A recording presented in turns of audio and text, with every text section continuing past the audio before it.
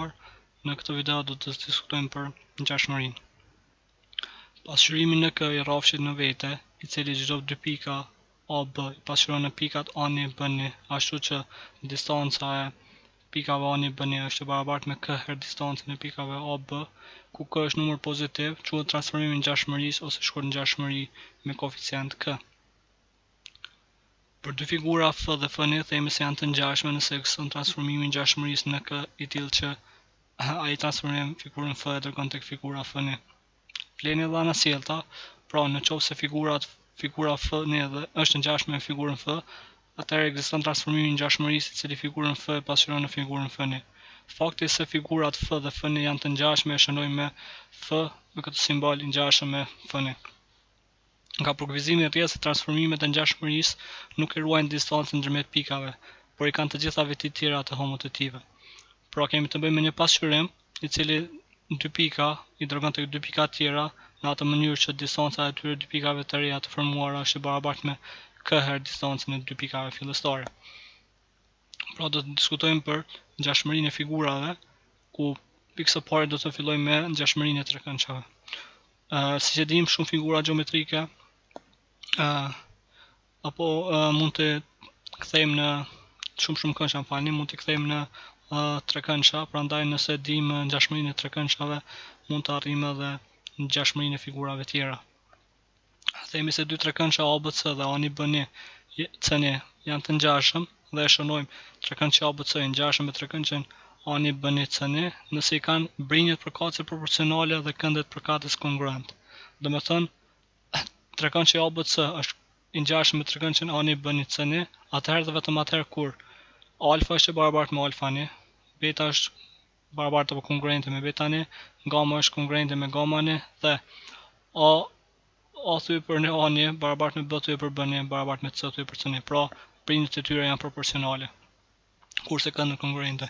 Ndryshe mund të shohim edhe A pjesim B pjesim C barabartë me A1 pjesim B1 pjesim C1, që e tregon kongruencën ndërmjet pikave A, B, C. Pra në këtë mënyrë, nëse kemi dy trekëndsha, trekëndshin ABC dhe trekëndshin A1 B1 C1, atëherë ato dyja janë të ngjashme nëse alfa është kongruente me alfani, beta me betani, gamma me gammani, si dhe ABC-ja dhe A1 B1 C1 janë në proporcion me njëra tjetrën.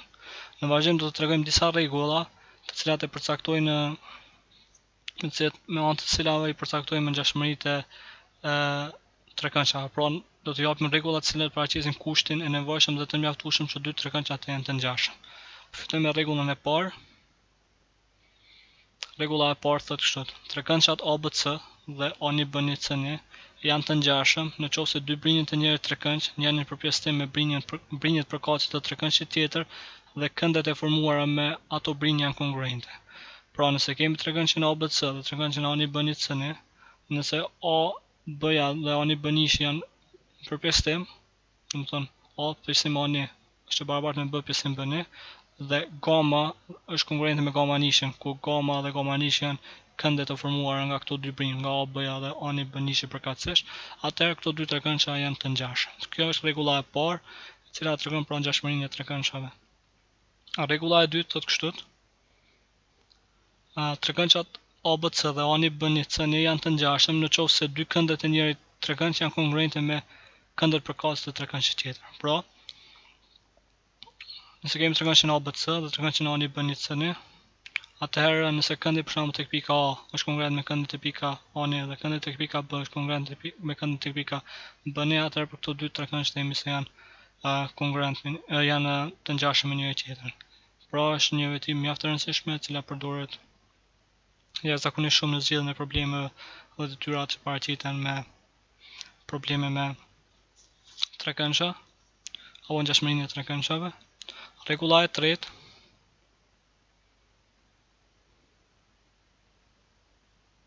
thotë kështu: trekëndshat ABC dhe A1 B1 C1 janë të ngjashëm nëse të gjitha brinjët e njëjtit trekëndsh janë në përpjestim me brinjët përkatëse të trekëndshit tjetër. Pra nëse kemi trekëndshin ABC dhe trekëndshin A1 B1 C1, atëherë nëse A pjesim A1 barabartë me B pjesim B1 është barabartë me C pjesim C1, domethënë janë në përpjestim brinjet me njëra tjetrën, atëherë përfundojmë se këta dy trekëndsha janë të ngjashëm.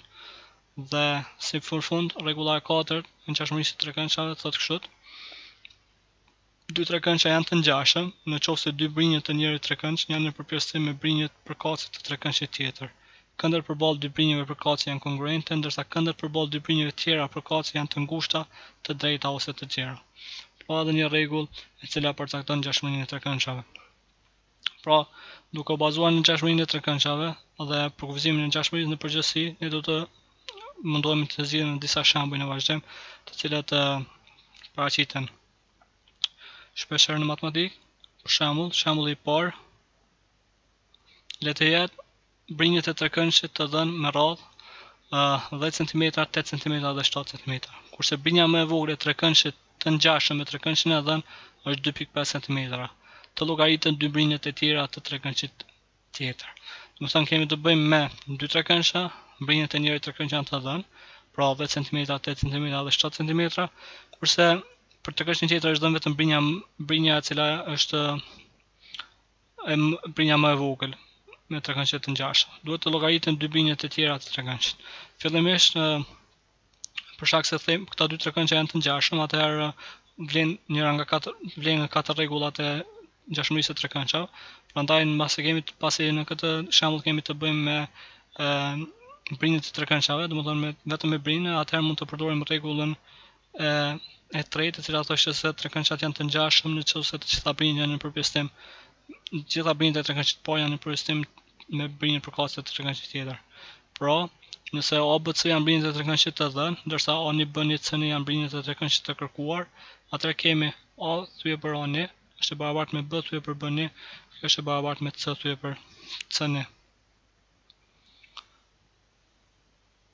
Atëherë, për shkak se A-ja është 10, B-ja 8 dhe bëjmë renditjen pra A-ja 10, B-ja 8 dhe C-ja 7, atëherë brinjet e trekëndshit tjetër do të jenë A-ni, B-ni, C-ni, për shkak se brinja më e vogël e trekëndshit të ngjashëm me trekëndshin fillestar i korrespondon pra duhet të jetë e ngjashme me atë të trekëndshit fillestar, atëherë pasi që brinja më e vogël e trekëndshit fillestar është 7, atëherë 2.5 do të jetë C-nishe, pra brinja e trekëndshit tjetër, pra 10 thye për A1 barabartë me 8 thye për B1 barabartë me 7 thye për 2.5, dhe nga kjo mund të gjejmë A-nishin dhe B-nishin, pra nëse bëjmë 10 thye për A1 barabartë me 7 thye për 2.5, atëherë do të kemi edhe 8 thye për B1 barabartë me 7 thye për 2.5. Nga e para, 7 A-nishi është e barabartë me 10 herë 2.5, pra në mënyrë kryqëzore nëse shumësojmë, 7 herë A1 barabartë me 25, për shkak se 10 herë 2.5 bën 25, atëherë A-nishin do të jetë 25 thye për 7. Ngjashëm 7 B-nishi është e barabartë me 8 herë 2.5, 8 herë 2.5 do bëjë 20, prandaj 7 B-nishi është e barabartë me 20 dhe B-nishi do të jetë i barabartë me 20 thye për 7. Pra në këtë mënyrë gjatëm brinjet e kërkuara, brinjen A-ni dhe B-ni të trekëndshit tjetër, ku që thamë A, B, C dhe A-ni, B-ni, C-ni tani do të jenë në përputhje me njëra tjetrën sipas rregullës së tretë për ngjashmërinë e trekëndshave. Pra për shkak se detyra tregon se këto dy trekëndsha janë të ngjashëm. Vazhdojmë tani me shembullin e radhës, shembullin e dytë. Brinjet A, B, C të trekëndshit A, B, C qëndrojnë në raport 3, 4 dhe 6. Gjeni brinjen A-ni, B-ni, C-ni të trekëndshit A-ni, B-ni, C-ni me perimetër P-ni barabartë me 52 cm, e që është i ngjashëm me trekëndshin A, B, C. Pra edhe këtu kemi dhënë raportin e brinjeve të trekëndshit fillestar dhe perimetrin e trekëndshit tjetër, dhe duhet të gjejmë brinjet e trekëndshit A-ni, B-ni, C-ni. Pasi që A thye për A1 është e barabartë me B thye për B1 barabartë me C thye për C1 sipas rregullës së tretë të ngjashmërisë së trekëndshave, kjo është e barabartë me K. Atëherë, për shkak se A, B, C rrin në raport 3, 4, 6, kemi në vend të A-s 3, vend B-s 4 dhe vend të C-s 6, kemi 3 thye për A1 barabartë me 4 thye për B1 barabartë me 6 thye për C1 barabartë me K. Nga këto 3 thye për A1 mund të bëjmë barabartë me K, A-nishi atëherë do të jetë 3 thye për K. Ngjashëm B-nishi do të jetë 4 thye për K dhe C-nishi do të jetë 6 thye për K. Pra nga ky ekuacion, atëherë duke ditur se perimetri trekëndshët ani bën c-ni është ani plus b-ni plus c-ni barabartë me 52. Atëherë kemi 3 për k plus 4 për k plus 6 për k barabartë me 52. Nëse shumësojmë me k në të dy anët, do të kemi 3 plus 4 plus 6 barabartë me 52k. Në këtë mënyrë kemi k-ja është e barabartë me 13 për 52 për shkak se 3 plus 4 plus 6 bëjnë 13.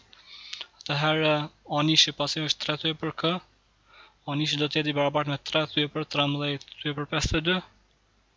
Atëherë kemi 13 herë 1, 52 herë 3, 3 herë 52 bën 156, 156 për 13 është anishi. Bënishi ngjashëm 4 për k, bënishi është 4 për 13 për 52, bënishi është e barabartë me 280 për 13 për shkak se 13 shumëzohet me 4 shumëzohet me 52, se 13 për 1 për shkak se këtu në vend 4 mund të shënojmë 4 për 1, ta kryejmë një tys të përbërë. Atëherë 52 herë 4 208 për 13 dhe në fund c-nishi është e barabartë me 6 për k, c-nishi është e barabartë me 6 për 13 për 52. Atëherë c-nishi për të njëjtën arsye për 6 herë 52 është 312 për 13. Pra në këtë mënyrë, nga raporti i brinjëve të trekëndshit fillestar, i gjetëm brinjët e trekëndshit tjetër duke ditur perimetrin e tij. Po vazhdojmë tani me shembullin e tretë. Shembulli i tretë thotë: largësia ndërmjet pikave në hartën gjeografike është A' B' 4.5 cm, B' C' barabartë me 5 cm dhe C' A' 3.7 cm. Largësia më e madhe në terren ndërmjet këtyre pikave, për shembull pikave B dhe C, është 15 km. Të gjenden dy largësitë e tjera dhe raportin në mes hartës dhe terrenit.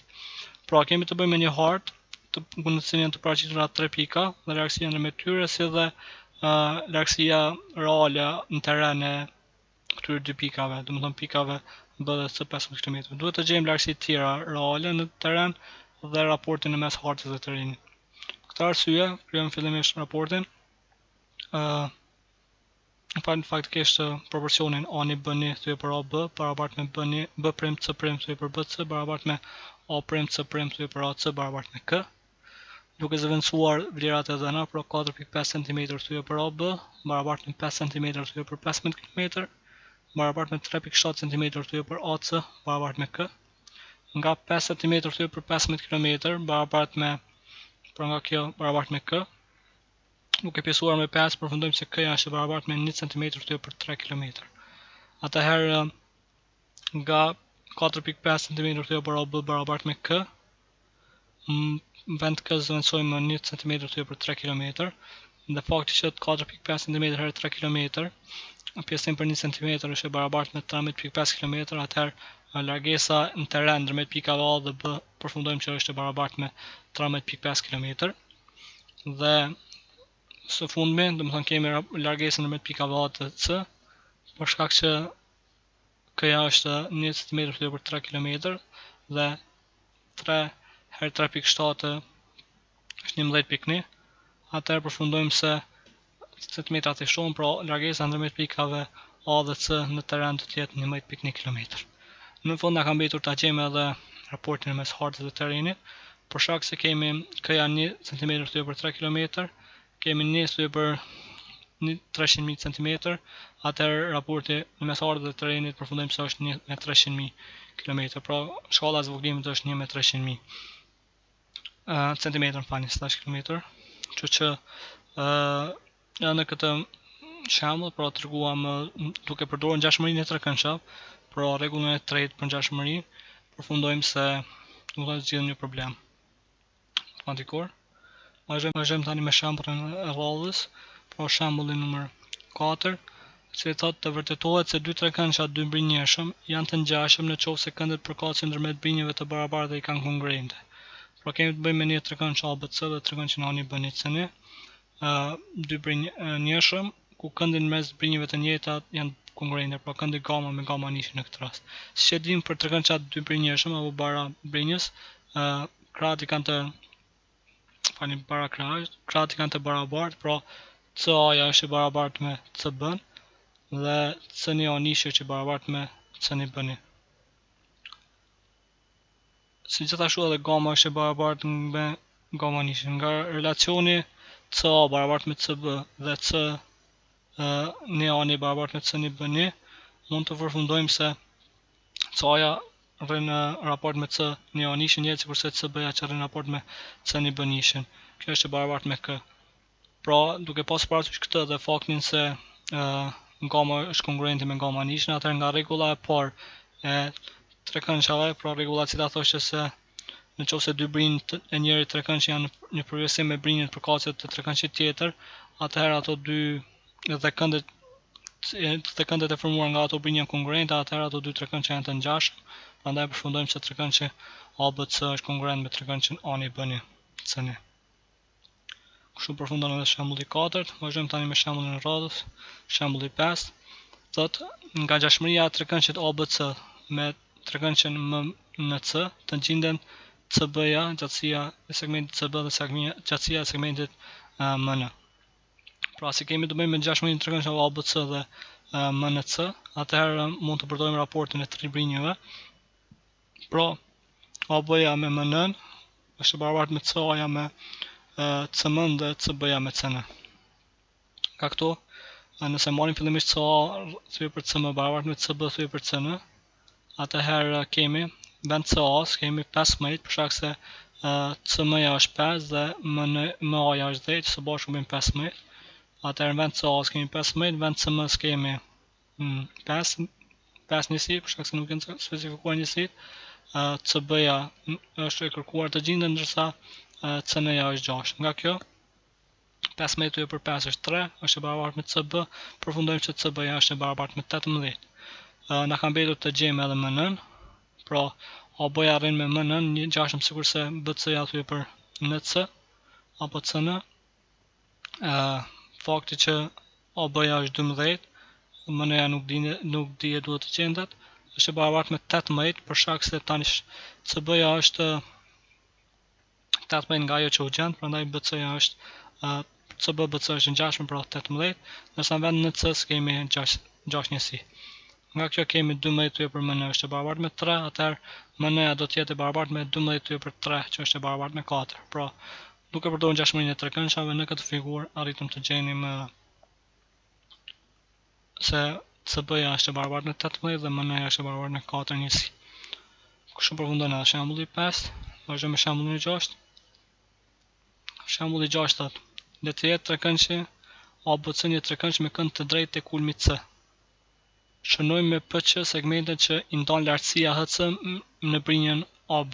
Të tregojmë se në A HC-ja është e barabartë me rrjedhën katrore të P herë C, në B A-ja është e barabartë me rrjedhën katrore të P herë C, ndërsa B-ja është e barabartë me rrjedhën katrore të C herë C, dhe në C të vërtetojmë që vlen teorema Pitagorës, pra C në katror barabartë me A në katror plus B në katror.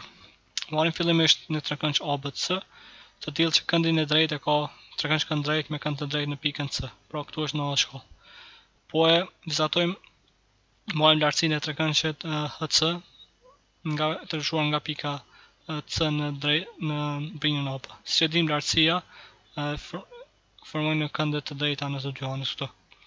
Prandaj ne mund të përfundojmë se trekëndshi ABC është i ngjashëm me trekëndshin CBD, për arsye pse nëse shikojmë me kujdes, trekëndshi ABC e ka këndin e drejtë tek kulmi C apo ACB-ja është në shkollë, mirë po edhe trekëndshi CBD ka një kënd të drejtë edhe ai është në kulmin e pika D, pra CDB është këndi i drejtë.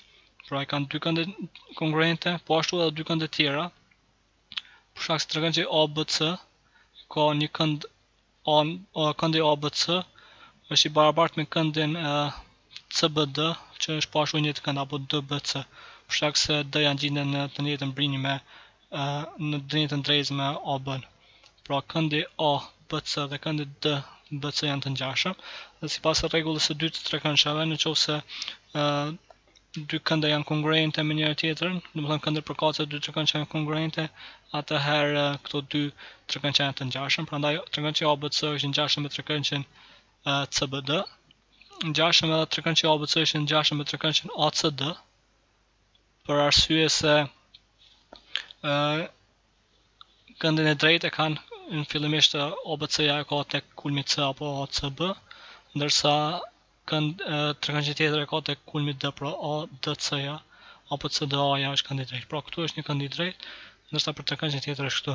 Po ashtu, edhe këndet tek pikë kulmi A e kanë të dy të ngjashëm, pra këndi BAC për trekëndshën ABC është i barabartë me këndin DAC për trekëndshën e dytë, pra trekëndshën ACD. Për arsye se si thash D-ja gjenden në drejzën AB. Si rrjedhim mund të përfundojmë se për shkak se të dy këto trekëndshë janë të ngjashëm me trekëndshën ABC, atëherë këto dy janë të ngjashëm edhe mes vetë trekëndshën CDA me trekëndshën CDB. Atëherë po fillojmë të zgjidhim në rastin A. Fillimisht po i caktojmë P-n edhe Q-n, pra nëse është përballë kulmit A është brinja A, përballë kulmit B brinja B, ndërsa përballë kulmit C brinja C. Atëherë HC-ja ndan në AB-n në dy pjesë, në pjesën në segmentin Q dhe P. Atëherë le të jetë P segmenti apo brinja DB, ndërsa Q brinja DA. Rastin gjithashtu e dim që P plus Q është e barabartë. Atëherë në rastin në A, nga trekëndshja ACB, ACD ngjashëm me trekëndshën CBD, kemi që C thye për HC është e barabartë me HC thye për P. Atëherë nga fakti që Q thye për HC është e barabartë me HC thye për P, përfundojmë që HC-ja është e barabartë me rreth katrore P herë Q. Pra nëse kryjmë veprimet e nevojshme, vrejmë që HC herë HC bëhet HC në katror barabartë me Q herë P, atëherë vetëm HC është e barabartë me rreth katrore P herë Q. Kjo është rasti në A, pra vërtetuam që HC-ja vërtet është e barabartë me rreth katrore të P herë Q, falni. Rasti në B, kemi fillimisht nga trekëndshja CDB dhe ngjashmëria e tij me ABC-n, do të thonë trekëndshja CDB paraqitur në pjesën e djathtë dhe trekëndshja ABC, kemi që A-ja rrin raport me P, ngjashëm nga trekëndshja e parë, ngjashëm sikurse C-ja që rrin raport me A-n nga trekëndshja ABC. Dhe nga këtu marrim, pasi kryejmë veprimet shumë vrejmë se bëhet A herë A barabartë me C herë P, atëherë vetëm A-ja do të jetë e barabartë me rreth katrore të P herë C-s, ndërsa nga trekëndshja ACD në pjesën e majtë, trekëndshja ABC, pra trekëndshja e madh, kemi se B-ja rrin raport me Q-n, B përmbjesim me Q apo B pjesim për Q është e barabartë me C pjesim për B. Prandaj edhe këtu vrejmë se bëhet B në katror barabartë me Q herë C, nga marrim që B-ja është e barabartë me rreth katrore QC-s, dhe kështu pra vërtetuam rastin në B se vërtet A-ja është e barabartë me rreth katrore PC-s dhe B-ja është e barabartë me rreth katrore QC-s. Ndërsa në fund do të vërtetojmë se vrejmë C në katror barabartë me A në katror plus B në katror. Për shkak se C-ja është e barabartë me P plus Q, atëherë kemi do të thonë do të përdorim faktin se P plus Q është e barabartë me C, nga A në katror barabartë me PC dhe B në katror barabartë me QC, kemi A në katror plus B në katror barabartë me PC plus QC. Kjo është e barabartë me, nëse faktorizojmë një C, kemi P plus Q herë C, kjo është e barabartë me C herë C, që është e barabartë me C në katror. Po A në katror plus B në katror barabartë me C në katror. Pra vërtet vlen edhe rastin në C, pra C në katror barabartë me A në katror plus B në katror, edhe pse këtë e dim përmes teoremës Pitagorës mbi trekëndshjen këndrejt, mirë po duke i përdorur edhe faktet nga këto që kemi gjetur, pra nga A-ja dhe B-ja, mund të përfundojmë se vërtet C në katror barabartë me A në katror plus B në katror. Pra në këtë mënyrë u tregua edhe zgjidhja shembull 6. Në vazhdim i keni disa detyra të ngjashme me këto që sapo i shpjeguam dhe besoj që duke i përfunduar detyrat e shtëpisë do të keni edhe më të qartë mësime. Keni udhëzime se ku mund të gjeni mësimin në librin juaj bazë dhe ushtrime se tjera se ku mund të gjeni.